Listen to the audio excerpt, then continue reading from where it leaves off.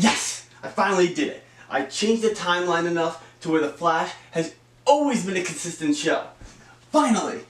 God, I'm sure this will have absolutely no consequences to the greater world at large, even though I have absolutely no idea what I'm doing in regards to time travel.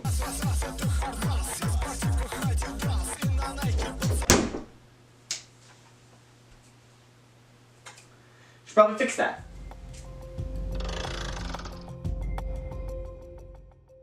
What is up YouTube, my name is G.I.Gio, and the Flash Armageddon is the newest crossover event in DC's Arrowverse on the CW. However, unlike the other multi-episode events that had the crossover take place across several shows, this time around all of Armageddon was on the Flash, so many people saw this as a glimpse into what Season 8 may be like going forward. And I think it's safe to say that this event has revived many fans' love for the show, after their hearts have been shot, killed, revived, then shot 2 more times for good measure. Many see Armageddon as the Flash returning to the quality it had in the first couple seasons. And as much as I would love to come and have fun with you guys in that Flash sandbox, my job is to break your sandcastle, kick you in the shins, then let you know the cold hard reality that Daddy's not coming home tonight. You see, the Flash has been strangled by the same problems for so long that before I make the claim that the show has been saved, I need to see that the writers have learned from their mistakes, otherwise history is doomed to repeat itself. So I decided to do something a little different with this video. We're actually going to break down each part of this crossover one at a time, and give them a score based on issues that the show has had on a regular basis. These categories will be the show's consistency of characters, world building, and plot, with each section being out of 5. That means an episode can have a maximum score of 15. The amount of time I dedicate to each issue will vary, but after all the scores are tallied, averaged, and enough alcohol is consumed, I will use those results as a foundation for my final thoughts. Anyway, now that that's all explained and about 50% of the people who have clicked on this video have left to go do something productive with their lives, sit back and relax as I try to figure out if Armageddon has saved the Flash. And if you end up enjoying the video, like, comment, subscribe, and turn on the notification bell, so you're always notified when I release new content, and it helps with the algorithm stuff. Also follow me on Twitter, as it's where I'm the most active when I'm not up till 3 in the morning writing these scripts. Also, spoiler warning if you haven't seen the crossover yet. Part 1 probably has the most straightforward job of the special. All it really has to do is fill the audience in on where the characters have been, how they have changed, and set up the stakes for the rest of the event. Sounds easy enough, but the show has shown time and time again that even the simplest tasks can be as difficult as pulling teeth or proper social interaction. But surprisingly, this part was pretty solid and accomplished all the before mentioned tasks. The plot doesn't have any glaring holes, as most of it's just re-establishing our characters and setting up our villain. The biggest piece of information we get that is going to affect the crossover's overall plot is that our antagonist is an alien named Despero, who has come from the future to kill the Flash. Original, I know, but this time around, we are told that Barry will destroy the world in the future. This is all a result of one day where everything goes wrong and causes the Flash to snap. Okay, it's not the most original idea, but it is for the show, so we're rolling with it. Anyway, after a big fight and realizing that Despero looks like a character from a PS3 game, Barry convinces in-game cutscene over here at the end of the episode to give him a chance to prove he won't go rogue. And I'm going to ignore the fact that a time traveler decided to stop the so-called source of the end of the world by going to the day before he supposedly breaks. Look, it's something I can let slide, and I'm conserving my energy for a different part. Anyway, probably the standout aspect of this first episode has to be the characterization of Barry Allen, which is shocking considering this show has often chosen to beat him down and make him sit in the corner before even considering character development as an option. Thankfully in part 1, not only did they actually choose the latter option, but the writers finally addressed Barry's biggest problem, his power level. It should come as no surprise that someone that has the ability to run at the speed of light has the killing potential of a nuclear missile or listening to your girlfriend's problems. So in the past, the show would either write Barry out of the plot or make him moronic in order for the villains to actually have a fighting chance. For example, the biggest problem with Season 5 was that the main villain was hilariously outmatched when put up against Barry. It was like David versus Goliath if Goliath had an M16. So in order to actually have stakes, the writers decided the best course of action was to say screw it and give the villain an escape rope to leave at any time. But enough about Season 5 failures. You're probably wondering, how the writers fix this in Armageddon? Well, the answer is quite simple. They actually let Barry be powerful. For context, in part 1, before encountering Mr. Nintendo 64 graphics over here, Barry takes on a group of metas called the Royal Flush Gang, who are trying to steal cryptocurrency from a casino. Now, what has made this gang so threatening is that their leader, Queen, has the power to read minds, so she knows and relays to her allies everything their opponent is planning on doing. So how does Barry beat this? Well, he just changes his thoughts so quickly that Queen literally can't keep up with it, right before going into Flash time. I'm talking full X-Men Days of Future Past stuff here. This is not only refreshing, but also embodies why so many fans have been frustrated for so long. Barry is very smart and very powerful, and the show has finally stopped pretending he isn't. And in order to make Despero threatening, they established that his strength rivals that of a Kryptonian. Now, while I know if this continues, the power levels of the villains will eventually be ridiculously high, I would rather have Barry Allen, the competent hero and forensic scientist, than Barry Allen, the guy who may not even know how to spell forensic science or and. This full display of Barry's powers allows the writers to play with the idea of his overconfidence getting him in trouble, rather than his stupidity like in prior seasons. With someone as strong as Barry, it makes sense that at times he would become cocky in his abilities, and assume that he could solve everything with just pure speed. This can actually create an interesting dynamic between him and the team, and I'm actually interested in seeing how this trait may be used going forward. But it's not just Barry who is leveled up. Leveling up. Leveled up. Leveled up. The other characters are in positions that not only have the potential for interesting storylines, but also make sense within the context of where they were left off last season. Yes, I know that this is the bare minimum of what a start of a new season should do, but we're talking about the Flash here. The best example of this can be seen in Iris. She has turned her newspaper into a multimedia empire, and while it's a giant leap between the two in such a short time, it's at least a believable next step. Compare this to Season 4, another season that makes me question whether or not there's anything good in this world. Between Seasons 3 and 4, Iris went from starting on her own path in journalism to being the leader of Team Flash, because why not? The show never gave us an explanation for such a drastic change between seasons, and as a result, both Iris and the overall seasons was inconsistent from the jump. I know this section took a while, and trust me when I tell you it's not going to be that way for every episode we cover. However, I want to get across the expectations I had after watching part 1. It was a massive improvement from the prior seasons, and gave me hope that the writers were genuinely learning from their mistakes. Hell, with an overall score of 11 out of 15 once everything is tallied up, Part 1 was a great start to Armageddon, and many of us watching it live were hoping that this momentum carried on to Part 2. So, did it?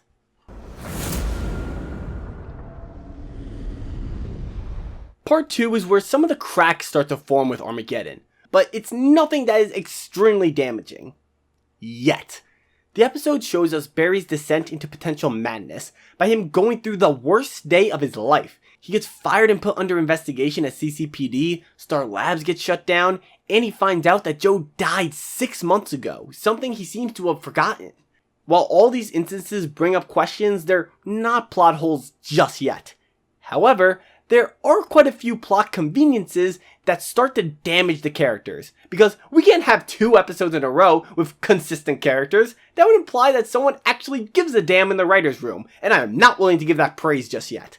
The best example of this is Barry versus a meta named Zotar, who has the psychic ability to make people go insane, and Team Flash assumes that she's the reason Barry goes rogue in the future. So there are some pretty big stakes here. As far as Barry knows, if he gets whammied by her, it could mean the death of all of his friends. So what does he do when they find Zotar's location? He runs up to her and cracks a few jokes, giving her the opportunity to whammy him. I knew if I ran around the city long enough, eventually you'd show yourself. So, what's next? We fight. God fucking damn it! I thought we were done with making Barry an idiot. He could have stopped her right there. So, when Team Flash realized that, plot twist, it isn't her making Barry lose his mind, it would give them more time to figure out an alternative solution. It's also just incredibly reckless and out of character for Barry. Yes, the show is trying to make him seem overconfident, but his actions here could decide the fate of the world, so he should be ultra serious about this. The you I know from the future, he's not this stupid. It's not even just Barry that's taking a bite of the idiot pie this episode. Cecile has slowly started to become one of my least favorite characters. Not only does she rarely contribute anything to the story, not only does the show feel the need in making her more powerful for no reason, but she also just gives other characters crap for no reason.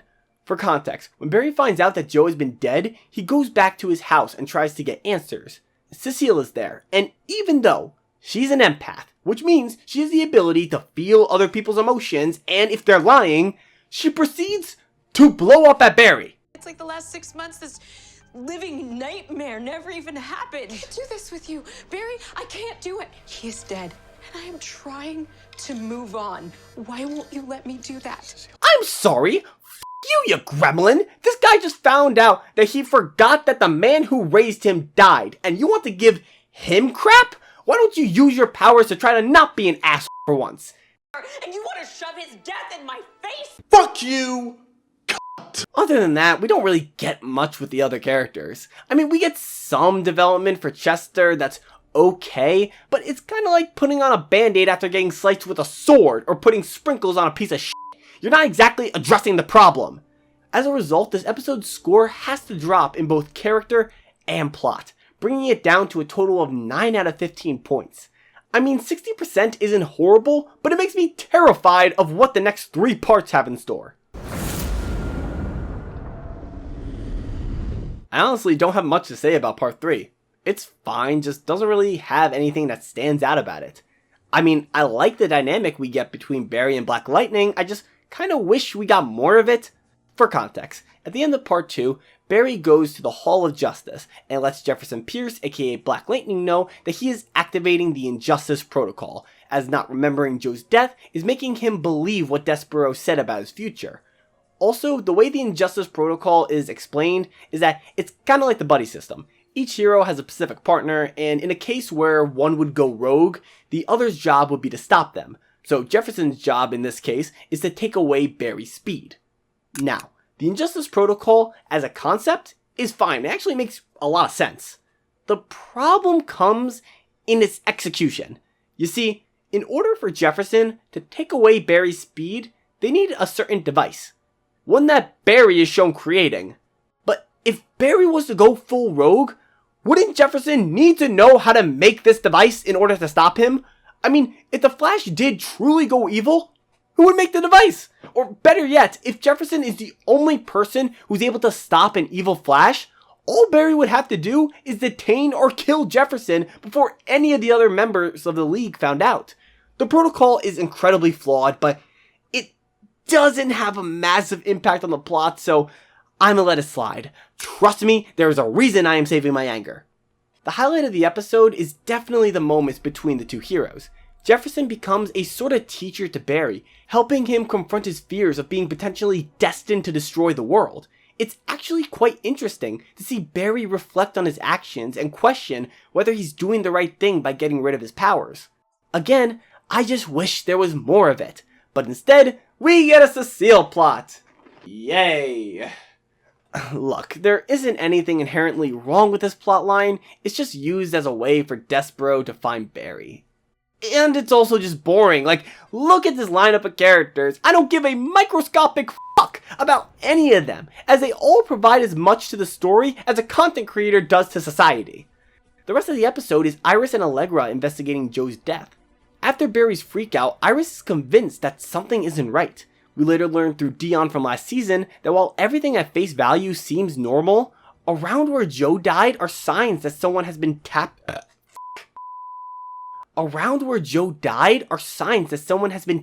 into the negative still force to manipulate the timeline. Now, first off, I actually enjoyed Iris' role in this episode, as the writers are finally starting to focus on her strengths as a character, like being an investigative journalist, rather than putting her in positions she has no reason to be in, like a leader of Team Flash or a housewife. Cecile, trust me, Iris can't make pancakes. Secondly, we have now established that there is a negative still force, which, for those of you who don't know, the forces in the Flash universe are entities that give special abilities for those who have access to their power. For example, the speed, strength, sage, and still force would give the powers of super speed, super strength, psychic powers, and time manipulation respectively. So, if we now have a negative speed force and a negative still force, does that mean the other two forces have negative counterparts? It's actually an interesting concept to think about, and could lead to someone being OP as hell if they were to gain the control of multiple forces. Finally, the episode ends with Iris and Dion letting Barry know that someone is messing with the timeline, so they send him to 2030 in order to figure out what really happened in the future. And guess who we find out was responsible? It was me, Barry. I jerked you off at super speed so it'd seem like you nutted at just a woman's tongue. Yeah, so overall, the episode wasn't as bad as episode 2, but still not as consistent as episode 1. So I think an in-between score of 10 out of 15 points is appropriate. And that's it. Video's over. No need to go over the last 2 episodes, right? Right? Part 4 is one of the biggest atrocities the Flash has ever made. Part 4 is broken in almost every conceivable way. Part 4 takes everything I previously liked about Armageddon and proceeds to piss all over it in the form of public intoxication. Part 4 doesn't make me feel safe, and I would like to file a restraining order on whoever approved this episode, because I fear that if I breathe the same air as this person, my last surviving brain cell will shrivel up and die. You may say, this is a gross overreaction, and to that I say, shut the f*** up, I got receipts. For context, this episode we learned that Eobard Thawne, aka the Reverse Flash, has created what he calls a reverse Flashpoint, and changed the timeline to where he got struck by lightning and became the Flash, while Barry went on to become the Reverse Flash. So now, Barry has to figure out how to fix the timeline before it solidifies. I don't even need to talk about the rest of the episode. Thawne's plan alone is so stupid and poorly thought out that it damn near breaks the entire crossover. Let me explain. To understand why this plan is dumb, we need to first understand how time works within the Flash. In Season 3, Barry created a Flashpoint, or in simple terms, a split timeline. He changed one event, and as a result, the timeline split, creating an alternate reality. So when Barry went back to the present, he was in that new timeline. In this scenario, Thawne basically did the same thing. He changed a few events and created a new timeline. However, the problem comes into play when you look at what he changed. So let's make a quick list so you can visually see what I mean. First off, he was the cause of everything bad that happened to Barry during Part 2. Star Labs getting shut down, Barry being fired, even Joe's death. All caused by Thawne. Next, he went back further in time and made it so he would be struck by lightning instead of Barry, while also making Barry's life a living hell in order to make him the villain in this new timeline. Lastly, he went back even further and killed Barry as a child, which is why he's beginning to fade from existence in this episode. This plan is so overkill that even the victims of Hiroshima would think it's extra, and it actually ends up causing Thawne's plan to royally backfire. Let's just say Thawne wants to torture Barry and make him the villain. Okay, well then, why would you kill him as a child? That completely erases the timeline you just worked so hard to make, because Barry can't be the villain if he's dead.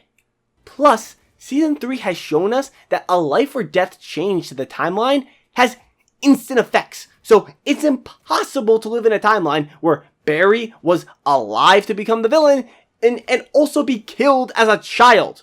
On top of that, why did Thawne need to kill Joe and mess with Barry's life in the original timeline? All he would have to do for the timeline to solidify the way he wants is to literally do nothing. If we take out everything that Thawne is responsible for in Part 2, then he wins. He undoubtedly wins. Seriously, think about it. What in Part 2 played into Thawne's plan? Go ahead, I'll wait. Yeah, nothing. He had the keys to victory in his hands. But no, Thawne has to be a moron and screw himself over. Screw this. I need to take a lap.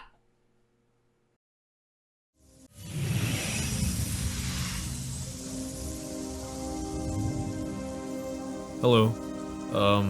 I hope it's okay. I just came through this... Oh. It just closed. I'll show you it's me.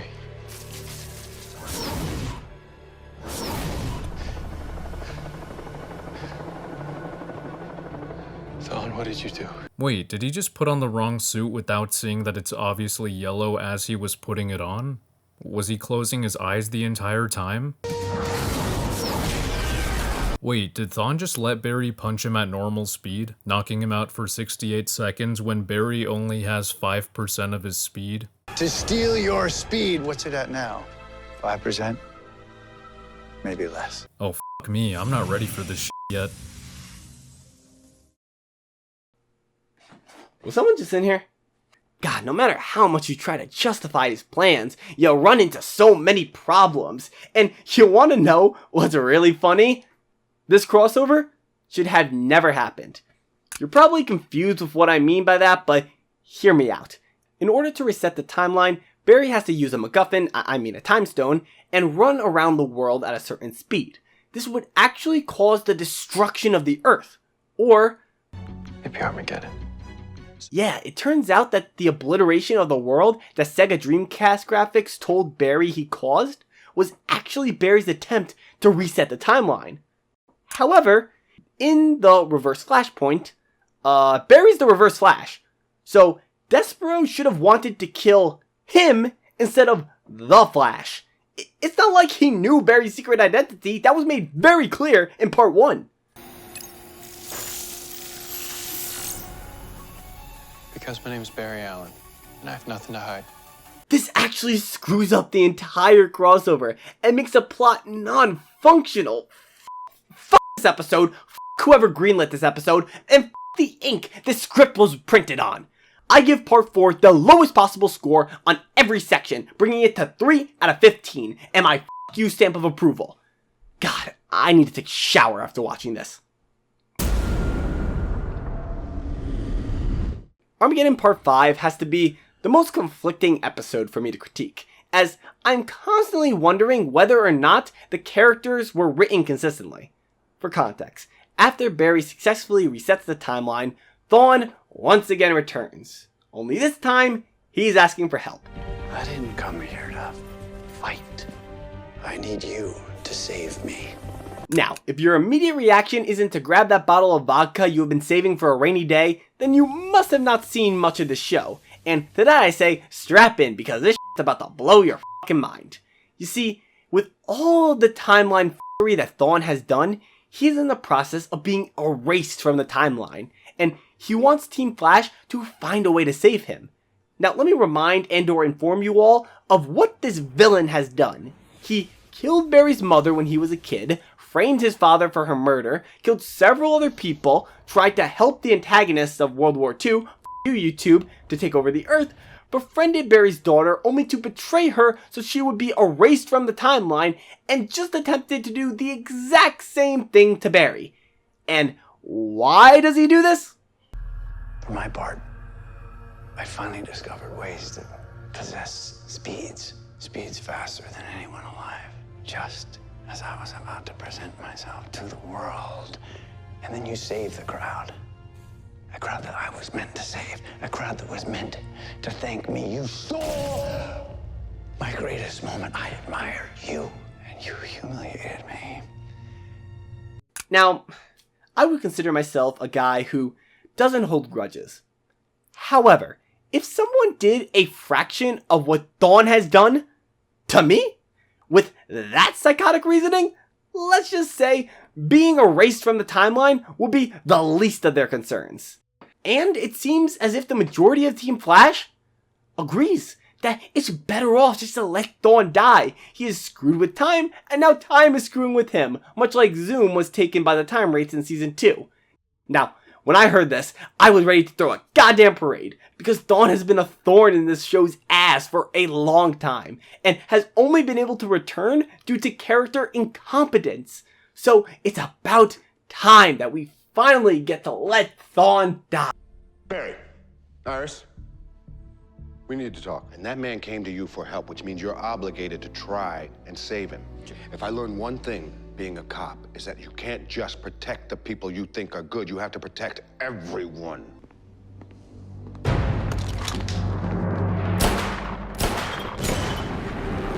Joe, put the gun down. How is he still alive? How are you still alive? This guy is f***ing stupid. God damn it! You show! Just you! Look, I understand why they decided to save Thawne again, because a hero should be willing to save anyone in need, especially when they find out that the solution to stop him from being erased is by taking away his speed. I understand that. I just entirely disagree with it.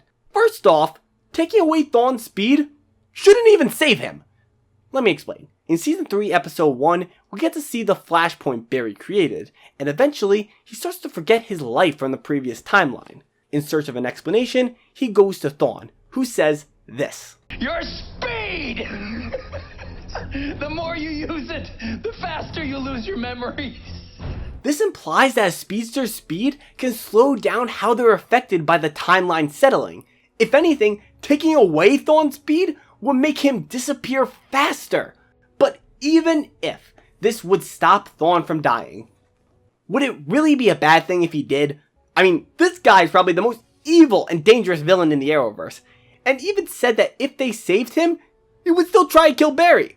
What happens once I save you? I'll just go on with my life's work, finding new ways to kill you. I'm sorry, but Joe is wrong here, and it wouldn't be the first time a villain died due to an outside factor or as a result of Team Flash themselves. Like, think about it. Season 2, Barry didn't kill Zoom, but he just let the time wraiths take him and turn him into a lifeless zombie. Season 3, Iris shot and killed Savitar. Season 4, by saving Ralph Dibny, they indirectly killed DeVoe. Season 5, their plan to stop the second cicada was literally to erase her from the timeline. Seriously, this isn't a new thing for the show, and if there was any villain that should be allowed to die from his own actions, it should be Thawne. This is what leaves me so conflicted, as I'm not sure whether or not this would be in or out of character for Barry to let him die, as he hasn't had a consistent view on this. But I think I speak for most of the audience when I say that I am getting sick and tired of the Reverse Flash returning every season. Oh, and Despero gets defeated. Yeah, he wasn't the main villain in this crossover, let's be honest, so his role isn't very predominant. Hell, I almost forgot to include him in this part of the script. I mean, he does his job for the event, but his lack of influence does kind of suck the air out of the final boots. Overall, while Part 5 isn't really anything special, it does its job, and it isn't as bad as Part 4. So the finale gets a 9 out of 15 points. I'll be generous. So now, here we are. With all the points tallied up and taking into account my personal thoughts, my final score for The Flash Armageddon is, drumroll please, 5 out of 10. And I mean a low 5. It's barely average, even though it does have some good moments. But you need to understand how damaging Part 4 is to this crossover. Not only does it make every character stupid for the sake of the plot, not only does it give the most mentally challenged answers to any questions that was asked by the prior episodes, but the plot is more dysfunctional than the US Congress. This part single-handedly dragged down the entire crossover. Hell, the only reason I am not giving it a 4 is because there are some genuinely enjoyable moments. But let me reiterate when I say this is a low 5. Like, I don't care that the reverse Flashpoint is completely erased. It doesn't change the fact that it broke the plot on such a fundamental level. So, you're probably expecting me to say that this season is going to suck monkey balls, right? Well, sit down and shut the fuck up, Timmy. The adults are talking. I'm actually the most hopeful I have been for this show in a while. You what? I know, it's shocking, but hear me out. I say this because throughout several moments of this crossover, there were signs that the writers are learning from their mistakes they made in prior seasons. Most of Armageddon was okay at worst, and it just became abundantly clear to anyone with a semi-functional brain that these writers can't write a consistent time travel plot to save their lives. So overall, I do think we are in for a relatively decent season this time around. Do I think that Armageddon saved the Flash? Not completely, but it did reinvigorate some of my love for the show. And as long as we are done with time travel, I think we may be in for a very surprising season.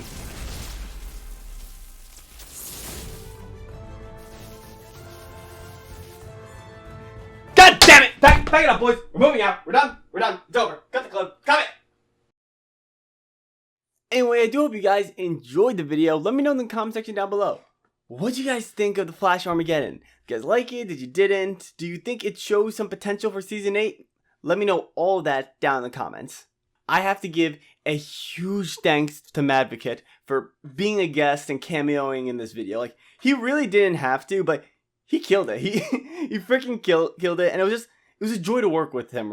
Really, like, he was fast as responsive. He edited his own thing, which he really didn't have to. And he's just a nice guy to work with. And if you guys haven't watched any of his videos yet on the Flash, how? But check him out. Top link in the description. Just real great guy to work with. Thank you so much to him for stopping by, doing his thing.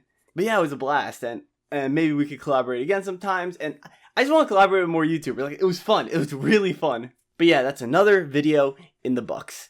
And when I tell you this video took the life out of me, and I don't mean that because of like the overall work of it, because during the week I was dead. Like, this past week I was so dead. I got food poisoning, and I don't know if you guys know this, but it's kind of hard to edit when you're fornicating with the porcelain. So oh god, so this video came out later than what I was hoping, what I was wanting to, but you know, it's out now, and I'm just so drained from no sleep because of having to throw in all the days that I missed from being sick. So as soon as this video is done, I'm just going to bed. I'm just going straight to bed. I got work in the morning. Just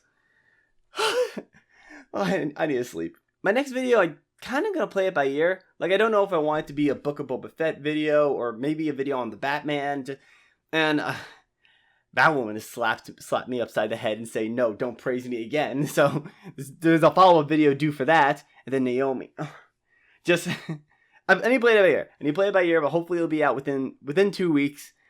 And I don't need to go on another bender of no sleep. If it's on the Batman, though, I will be on that bender. So please, someone send help. But other than that, thank you all so much for the support you guys have been showing the channel. We've been killing it. And yet, I'm always grateful. I'm always grateful for you guys. And I feel like I need to say that because just so I'm reminded, like, to thank the people that are bringing me to where I am today.